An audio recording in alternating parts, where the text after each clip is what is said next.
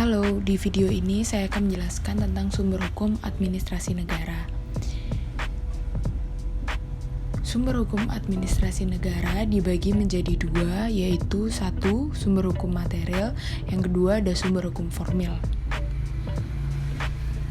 Sumber hukum material terbagi menjadi tiga, yaitu yang pertama sumber hukum historis, sumber hukum sosiologis atau antropologis, yang ketiga ada sumber hukum filosofis.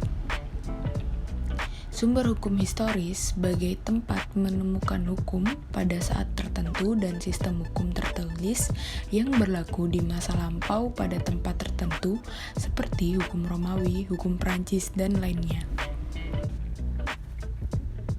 Sumber hukum sosiologis atau antropologis. Pendekatan sumber hukum ini menitikberatkan pada kondisi hukum yang sifatnya interdisipliner.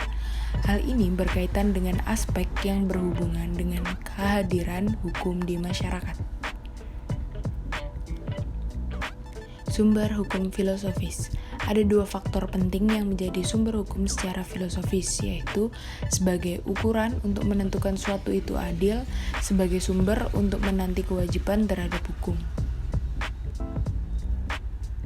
Sumber hukum formil dibagi menjadi 4, yaitu yang pertama ada peraturan perundang-undangan, konvensi, jurisprudensi, dan juga doktrin. Peraturan perundang-undangan tercipta dalam konteks hukum positif tertulis yang dibuat, ditetapkan, atau dibentuk oleh pejabat berwenang yang berlaku dan mengikat secara umum.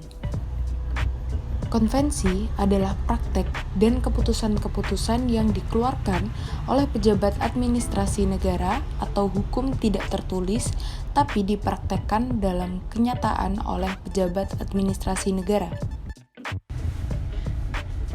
Jurisprudensi, yang dimana jurisprudensi sendiri merupakan keputusan hakim atau surat badan peradilan terdahulu yang sudah mempunyai kekuatan hukum tetap dan diikuti hakim lain secara terus-menerus. Doktrin. Doktrin merupakan ajaran atau teori atau pendapat para pakar ahli yang berpengaruh. Doktrin ini harus diterima oleh masyarakat terlebih dahulu. Sekian dari saya, terima kasih.